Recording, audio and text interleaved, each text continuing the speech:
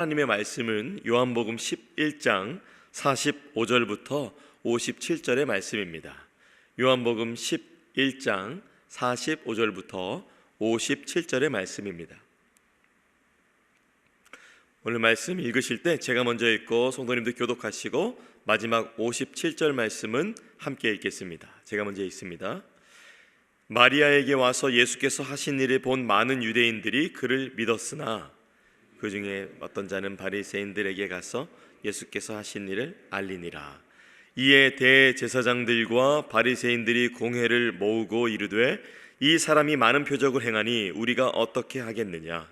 만일 그를 이대로 두면 모든 사람이 그를 믿을 것이요 그리고 로마인들이 와서 우리 땅과 민족을 빼앗아 가리라 하니 그 중에 한 사람 그 해의 대제사장인 가야바가 그들에게 말하되 너희가 아무것도 알지 못하는도다. 한 사람이 백성을 위하여 죽어서 온 민족이 망하지 않게 되는 것이 너희에게 유익한 줄을 생각하지 아니하는도다 하였으니 이 말은 스스로 함이 아니요 그 해의 대제사장이므로 예수께서 그 민족을 위하시고 또 그 민족만 위할 뿐 아니라 죽으실 것을 미리 말함이로라. 이 날부터는 그들이 예수를 죽이려고 모의하니라. 그러므로 거기를 떠나 빈들 가까운 곳인 에브라임이라는 동네에 가서 제자들과 함께 거기 머무르시니라. 유대인의 유월절이 가까움에 많은 사람이 자기를 성결하게 하기 위하여 유월절 전에 시골에서 예루살렘으로 올라갔더니 그들이 예수를 찾으며 성전에 서서 서로 말하되 너희 생각에는 어떠하냐? 그가 명절에 오지 있느냐 하니 다 함께 이는 대제사장들과 바리새인들이 누구든지 예수 있는 곳을 알거든 신고하여 잡게 하라 명령하였음이러라. 아멘. 혹시 누군가를 도와주시다가 어려움을 당할 거를 알면서도 그러신 적이 있으세요? 그런 분들이라면 오늘 본문이 조금 더 이해가 되실 것 같습니다. 예수님께서 죽은 나사로를 살리신 것은 사실 단순한 일이 아니었습니다. 그리고 그냥 그 일에만 멈춰서 볼 것이 아니라 오늘 본문까지 함께 봐야 되는 것입니다. 왜냐하면 예수님께서 죽은 나사로를 살리셨다는 것은 이제 더 미움받고 죽은 나사로를 살리셨다는 것은 더 잡힐 것으로 향하고 죽은 나사로를 살리셨다는 것은 이제 그분이 더 죽게 되는 일에 가까워졌음을 의미하기 때문입니다. 죽은 나사로를 살리신 이 사건이 나비 효과가 되어서 이제 예수님을 죽일 수 있는 죽이게 되는 결정적 사건이 되는 것이 바로 오늘 본문의 내용입니다. 그러니까 사실 죽은 나사로를 살리셨다는 것에서 보면은 죽은 나사로의 입장에는 참 좋은 일이죠. 그리고 죽은 나사로의 가족들에게도 참 좋은 일이죠.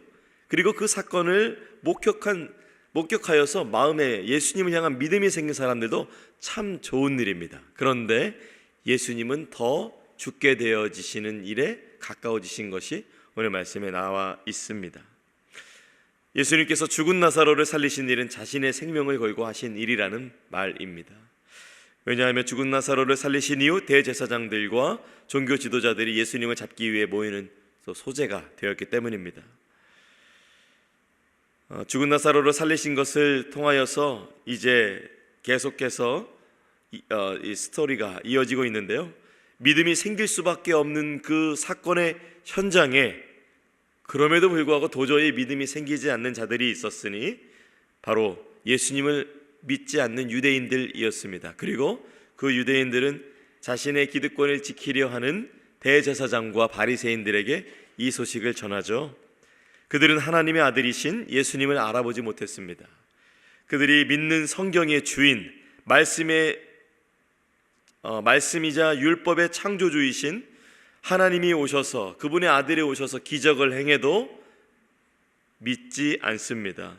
그들은 영적으로 보지도 못했고 영적으로 듣지도 못했으며 당연히 영적으로 행할 수도 없었습니다. 오직 자신의 기득권만 지키려고 힘썼습니다. 그래서 이제 그 자리에 나사로를 살렸던 그 기적의 현장에 있었던 유대인들이 바리새인들에게 이것을 이르러 가죠. 그래서 46절에서 48절 말씀이 이 내용이 쭉 나와 있는데 제가 읽어드립니다. 그 중에 어떤 자는 바리새인들에게 가서 예수께서 하신 일을 알리니라.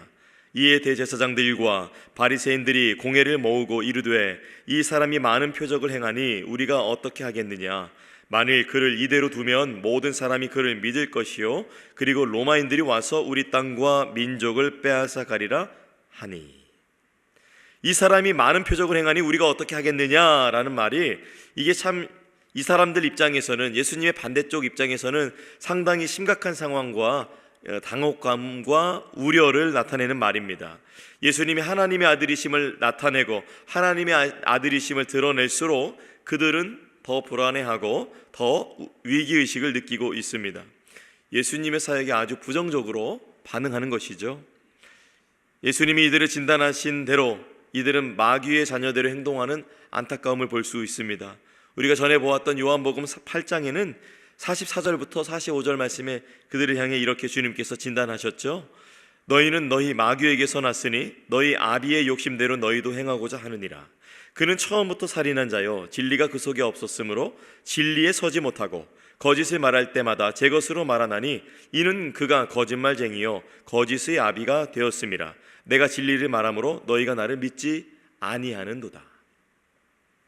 죽은 자를 살리자 난리가 났죠. 위기를 느낀 대제사장들과 바리새인들이 공회를 소집했습니다. 예수님이 보여주신 표적에 대해서 어떻게 우리가 대응할 것인가 그들이 모이게 된 것이죠. 결론은 예수님을 그대로 놔둘 수 없다는 것입니다. 모든 사람이 예수님을 믿으면은 로마 사람들에게 땅과 민족을 빼앗긴다고 했습니다. 물론 예측할 수도 있는 일이지만 너무 부정적으로 접근하잖아요. 이제 이게 무슨 뜻이냐면 예수님을 따르는 자들이 많이 생기게 되면 로마가 무력으로 이제 들어와서 진압을 할까봐, 그러면은 이제 나라도 더 뺏기게 되고 우리 민족도 뺏기게 되고 성전도 뺏기게 되어지니 그들이 예측한 말이죠. 그러나 이것은 사실이 아닙니다.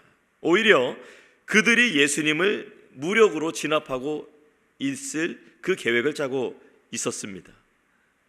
예수님께서 로마가 땅과 성전과 민족을 빼앗는 것보다 그걸 걱정해서 이분들이 이렇게 말하는 게 아니라, 이 사람들은, 많은 사람들이 예수님을 믿어서 자신이 이익을 챙기고 있는 그 기득권을 놓지 않으려는, 그걸 지키려는 자기 자신이 우상이 되어서 그것만 지키려는 거에 몰두가 되어 있는 것이죠. 그 결과 예수님과 상관없이 그들은 AD 70년에 로마에 의해 예루살렘과 성전의 파괴됨을 겪게 되었습니다. 오늘 또 49절에서 59절 보면 대제사장 가야바의 입을 통해서 이런 말을 그가 하게 되는데요. 그 중에 한 사람 그 해의 대제사장인 가야바가 그들에게 말하되 너희가 아무것도 알지 못하는도다. 한 사람이 백성을 위하여 죽어서 온 민족이 망하지 않게 되는 것이 너희에게 유익한 줄을 생각하지 아니하는도다 하였으니, 이 무슨 말이냐면 대제사장 가야바는 예수님이 죽어서 이 혼란을 이제 잠재우면 우리 모든 이스라엘 민족들이 유익하다는 것이죠. 사실상 예수님을 죽여야 된다고 몰아가고 있는 것입니다. 그러나 49절에 그리고 50절에 나타난 말 그 다음에 성경의 저자이신 성령님께서 그 표면층에 있는 말을 넘어서서 그 깊은 심층부에 해당되는 이 말의 뜻을 성경을 통해 알려주십니다. 그 51절부터 52절 말씀까지 나오는데요, 제가 읽어드립니다. 이 말은 스스로 함이 아니요 그 해의 대제사장이므로 예수께서 그 민족을 위하시고 또 그 민족만 위할 뿐 아니라 흩어진 하나님의 자녀를 모아 하나가 되게 하기 위하여 죽으실 것을 미리 말함이로라. 그러니까 가야바가 이렇게 말한 것은 사실 그 깊은 곳에 그 뜻이 있었다는 것입니다. 그리고 이 가야바가 말한 것은 자기가 말하고 싶어서 말한 것이 아니라 자기도 모르게 예언적 메시지를 담고 말하여지게 되었다는 것이죠. 무슨 뜻이냐면 예수님께서 가야바는 예수님이 죽으면 이 사건의 혼란함이 없어져서 모든 이스라엘 사람들에게 그리고 자기 자신들에게 유익을 가져다 준다고 말은 하였지만, 성령님께서는 이 성경에서 그것을 넘어서서 그 뜻이 무엇이냐, 예수님께서 유대인들과 이방인들을 위해서 죽으시고 흩어진 하나님의 자녀를 모으실 것이라는 뜻을 이 대제사장을 통해서 이 사람이 자기도 모르게 예언을 하게 되었다는 뜻입니다. 원문에 보면 자신으로부터 한 말이 아니라 그렇게 예언을 하도록 끌림을 받았다라고 표현이 되어집니다. 이날부터는 그들이 예수님을 죽이려고 모의를 했습니다. 유대인들은 이미 요한복음 5장부터 예수님을 죽이려 했고, 이에 대제사장들과 바리새인들이 합쳐서 예수님을 죽이려 합니다. 죽은 사람을 살리신 분을 죽이려 합니다. 특별히 저는 오늘 말씀 45절부터 또 53절 가운데 51절 말씀에서부터 52절 말씀이 제 마음 가운데 남게 되었습니다. 사랑하는 여러분, 오늘 말씀처럼 예수님은 유대인과 이방인이 하나 되기 위해서 죽으셨다라고 나와 있습니다. 물론 요한복음 전체에 이르면 그분이 죽으신 이유는 또 신학적으로 볼 때도 많이 여목저목 살펴볼 것이 있죠. 그러나 오늘 말씀을 살펴볼 때에 그분의 죽으심의 의미, 그분이 죽으셔야 하는 그 이유가 분명하게 담겨 있음을 저는 보게 된 것입니다. 주님이 죽으신 이유는 하나 되게 하시기 위함이었습니다. 예수님의 죽으심으로 죄인과 하나님의 벽이 허물어졌고 아버지 하나님 안에서 모두 그분의 자녀가 된 것입니다. 바울이 에베소서에서 교회를 향해서 하나 되라고 얘기하잖아요. 에베소 교회뿐만 아니라 많은 교회들에게 요청을 하죠. 하나 되라, 하나 되라, 하나 되라. 그것은 단순히 바울의 요청이 아니었습니다. 그것은 오늘 말씀에 의하면 예수님의 죽으심의 이유가 되는 것을 바울이 영향을 받아서 그 중요한 것을 얘기하는 것이죠. 에베소서 4장 3절에서 4절 말씀입니다. 평안의 매는 줄로 성령이 하나 되게 하신 것을 힘써 지키라. 몸이 하나요 성령도 한 분이시니 이와 같이 너희가 부르심의 한 소망 안에서 부르심을 받았느니라. 여러분, 사랑하는 교회 안에서 하나됨을 이루어드리는 여러분 되시기를 바랍니다. 왜냐하면 하나됨은 단순히 좋은 말이 아니라 주님이 죽으신 주된 목적이었기 때문입니다. 예수께서 그 민족을 위하여 죽으시고 또 그 민족만 위할 뿐 아니라 흩어진 하나님의 자녀를 모아 하나가 되게 하기 위하여 죽으실 것을 미리 말함이로라. 그러므로 우리는 오늘 말씀에 의지하여서 다시 하나가 될 수 있습니다. 사랑할 수 있습니다. 용서할 수 있습니다. 용납할 수 있습니다. 포용할 수 있습니다. 주 안에서 하나됨을 이루어드리는 여러분의 가정과 직장과 목장과 우리 교회 전 성도님들 되시기를 축복합니다. 그것이 오늘 말씀에서 말하고 있는 예수님이 죽으셔야만 했던 이유였기 때문입니다. 54절부터 57절 말씀을 살펴보니 자신을 죽이려고 하는 유대인들과 종교 지도자를 피해서 예수님은 유대를 떠나서 갈릴리로 가신 장면이 나옵니다. 혼자 가지 않으시고 빈 들 근처 에브라임의 제자들과 함께 가셨습니다.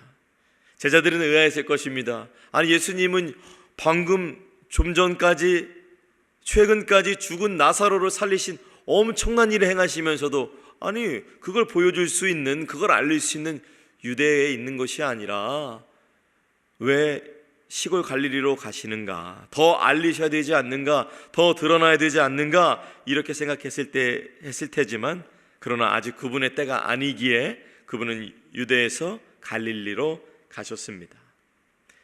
그리고 55절부터 57절 말씀을 보니 유월절이 다가옵니다. 많은 사람들이 유월절에 예루살렘으로 미리 왔습니다. 아주 북적북적했을 겁니다. 전 세계에 흩어졌던, 또 장사하느라 어쩔 수 없는 상황 속에 예루살렘에 이스라엘에 살지 못하고 다른 나라에 흩어져서 살고 있는 사람들도 전 세계적으로 다 모여서 유월절을 지키러 왔기 때문에 예루살렘은 아주 사람이 많이 북적북적했을 겁니다. 종교 지도자들은 자신들의 기득권을 지키기 위해서 사람들에게 미리 명령을 내렸죠. 예수님을 보면 신고하여서 잡게 하려고 많은 유대인들에게 명령을 내렸습니다. 그들은 예수님을 잡기 위해 찾아다니죠. 그리고 서로 생각을 말합니다.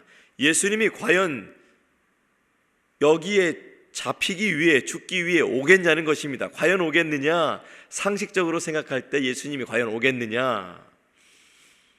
상식적으로 생각할 때 예수님이 여기 오시면 죽게 되시잖아요. 지금이라도 살고 싶다면 이들이 말한 대로 예수님은 예루살렘에 오시면 안 될 텐데요. 그러나 12장 말씀에 주님은 그럼에도 불구하고 저와 여러분을 위해서 예루살렘으로 입성하십니다. 참으로 목숨을 건 사랑의 발걸음이죠. 상식을 넘어선 사랑, 바로 그것이 주님의 사랑, 십자가의 사랑인 것입니다. 죄 없으신 예수님이 죄인들을 위해 죄명을 뒤집어 쓰십니다. 죄 없으신 그분이 죄인의 자리로 억울하게 가십니다. 그러나 그렇게 하신 이유, 아까 읽어드렸던 51절과 52절의 말씀, 예수께서 그 민족을 위하시고 또 그 민족만 위할 뿐 아니라 흩어진 하나님의 자녀를 모아 하나가 되게 하기 위하여서 그분은 오십니다. 자신을 죽일 자들을 구원하기 위해 죽으시려 오시는 예수님, 유대인뿐만 아니라 저와 여러분과도 같은 이방인들도 그냥 두지 않으시고 구원하시기 위해, 그리고 우리를 하나 되기 위해 부르신 그 주님, 그 주님의 사랑을 여러분이 받으셨습니다. 그리고 그 주님의 사랑이 오늘도 여러분을 붙들고 계십니다. 죽기까지 사랑하신 예수님의 사랑을 알기에 성도는 오늘도 삶을 포기하지 않고 다시 오실 주님을 기다리며 신실하게 주 안에서 하나됨을 이루며 나아갈 수 있는 것입니다. 하나 되는 것은 정말 쉽지 않습니다. 각자 다른 환경에서 살다 보니까 참 쉽지 않은 것을 저도 고백하게 됩니다. 그런데 언제 우리가 하나 될 수 있어요? 바로 대한민국과 다른 나라가 스포츠 경기를 할 때 하나가 되는 것이에요. 어느 날인지 모르겠지만 제 결혼 전 일입니다. 약 한 15년 전 일인 것 같은데요. 제가 별것도 아닌 일로 저희 아버지랑 싸웠어요. 결혼 전에, 청년 때. 왜 싸웠는지는 기억이 안 나는데 감정이 많이 상했었던 것 같아요. 아버지도 그렇고 저도 그렇고. 감정이 상하면 첫 번째 나타나는 게 뭐예요? 얼굴로 나타나고, 그리고 대화가 멈춰지잖아요. 근데 아버지와 싸워서 기분은 좋지 않았는데 그날은 대한민국과 다른 나라의 경기가, 축구 경기가 있는 날이었어요. 아버지가 먼저 저한테 말을 겁니다. 야, 오늘 저희 축구할 시간이 됐는데 TV 좀 틀어봐라. 저도 기분이 좋지 않으니까 저도 예, 알겠어요, 이렇게 대충 말했죠. 서로 기분이 좋지 않았지만 함께 대한민국을 응원하니까, 한 곳만에 바라보니까, 한 나라의 승리를 함께 기원하면서 응원하다 보니까 아니 마음이 풀리고 골을 넣으니까 둘이 하이파이브하고 마음이 다 풀려버리고 막 안고 난리가 난 거예요. 저희 아버지와 제가 하나가 된 것입니다. 야, 오늘 말씀 준비하면서 제가 우리가 자신이 속한 나라를, 승리를 간절히 바랄 때 모든 상황과 그런 마음들을 뛰어넘고 우리가 하나가 될 수 있구나, 신앙생활도 마찬가지구나 라는 것을 보게 되었습니다. 우리가 함께 속한 나라가 어디입니까? 하나님의 나라잖아요. 하나님의 나라를 위해서 함께 응원하고 하나님의 나라를 위해서 함께 승리를 향해서 우리가 한 곳을 바라볼 때에 성도라면 누구나 주 안에서 하나가 되어질 수 있는 것이죠. 성도라면 가장 처음에 시작이 예수님으로 말미암아 구원함을 받았고 예수님의 이름으로 말미암아 하나님 나라의 상속자가 되었으니 이 처음과 끝이 동일한 것이 바로 우리이지 않습니까? 물론 중간엔 좀 다를 수 있지만 처음과 끝이 우리가 동일하기에 예수 이름으로 구원받고 예수 이름으로 하나님 나라의 상속자가 되었기에 가능한 것이죠. 이 일을 예수님이 하신 것입니다. 하나님의 나라를 생각하면, 하나님 나라의 승리를 생각하면 우리가 다시 한번 주님이 왜 죽으셨는지 오늘 말씀을 기억한다면 우리가 주 안에서 하나 되어질 수 있는 것입니다. 특별히 금요일과 토요일 선교 대회가 있어요. 흩어진 하나님의 자녀들을 구원하기 위한 주님의 사랑에 동참하는 기간이에요. 주님의 마음은 저와 여러분을 넘어서서 열방을 향해 있어요. 같이 하나님 나라의 확장과 승리를 기대하며 선교 대회에 동참한다면 우리는 다시 하나가 되어질 수 있는 것이에요. 열방이 주께 돌아와 행진하는 날에 기대하며 기도하며 참여해야 되는 것입니다. 열방이 예수 안에서 하나 되기 위해서 귀한 선교 사역에 함께 동참하고 함께 하나님께 영광을 돌리고 그것을 위하여서 함께 참여하는 귀한 선교 대회 주관을 통해서 여러분, 우리는 주 안에서 다시 하나가 될 수 있는 것입니다. 주님의 죽으심의 그 이유, 우리를 하나 되기 위하여서 아직 복음을 듣지 못한 수많은 유대인들, 수많은 이방인들이 많은데 그들이 또한 우리와 하나 되기 위하여서 주님이 죽으셨기에 우리가 이번 주에 선교대회에 동참하고 그것을 위해서 함께 기도하는 것은 참으로 값진 일이라 볼 수 있습니다. 아까 불렀던 찬양, 받은 복을 세어보아라. 여러분, 받은 복을 세어보시고 그 받은 복을 선교대회 가운데 기도로 풀어내시고 말씀을 듣는 가운데 풀어내시고 선교에 동참하는 것으로 풀어내셔서 우리가 받은 복, 예수님으로 인하여서 우리의 영혼이 구원받은 그 놀라운 축복, 그 받은 우리의 축복을 열방을 향하는 데 여러분 또한 귀하게 쓰임받기를 바랍니다. 우리가 하나 될 수 있는 것, 아주 가까이에 이번 주에 선교대회가 있습니다. 이걸 위해서 함께 기도하시고 동참하시고 참여하신다면 하나님 안에서 하나됨을 누리는 복된 성도가 되실 겁니다. 그리고 아울러 죽음을 뛰어넘는 예수님의 사랑이 오늘도 여러분이 붙드신다는 것을 기억하세요. 물론 오늘 여러분의 삶에 마주한 것이 힘들고 어렵고 여전히 풀리지 않는 여러 가지 사건 속에 있으실 수 있겠지만 그럼에도 불구하고 여러분, 예수님이 여러분을 붙드심으로 오늘 하루도 강하고 담대하게 주 안에서 승리하는 저와 여러분이 되시기를 예수님의 이름으로 축원합니다. 기도하겠습니다. 주님, 자신의 유익을 위해서 예수님을 해치려는 자들을 봅니다. 혹이라도 우리가 그러지 않도록 도와주시옵소서. 주님은 우리가 하나 되기 위하여 죽으셨습니다. 그 주님의 사랑의 목적을 우리도 붙들고 살게 하여 주옵소서. 가정이 하나 되고 목장이 하나가 되고 교회가 하나 되게 하여 주옵소서. 죽음이라는 위협이 눈앞에 있어도 우리를 위해 묵묵히 그 길에 가셨던 예수님의 사랑을 기억하게 하시고 오늘 우리 앞에 주어진 삶을 믿음 안에서 살아낼 수 있도록 성령으로 동행하여 주옵소서. 모든 것을 주님께 의탁드리며 예수님의 이름으로 기도합니다. 아멘. 하늘에 계신 우리 아버지여, 이름이 거룩히 여김을 받으시오며 나라가 임하시오며 뜻이 하늘에서 이루어진 것 같이 땅에서도 이루어지이다. 오늘 우리에게 일용할 양식을 주시옵고 우리가 우리에게 죄 지은 자를 사하여 준 것 같이 우리 죄를 사하여 주시옵고 우리를 시험에 들게 하지 마시옵고 다만 악에서 구하시옵소서.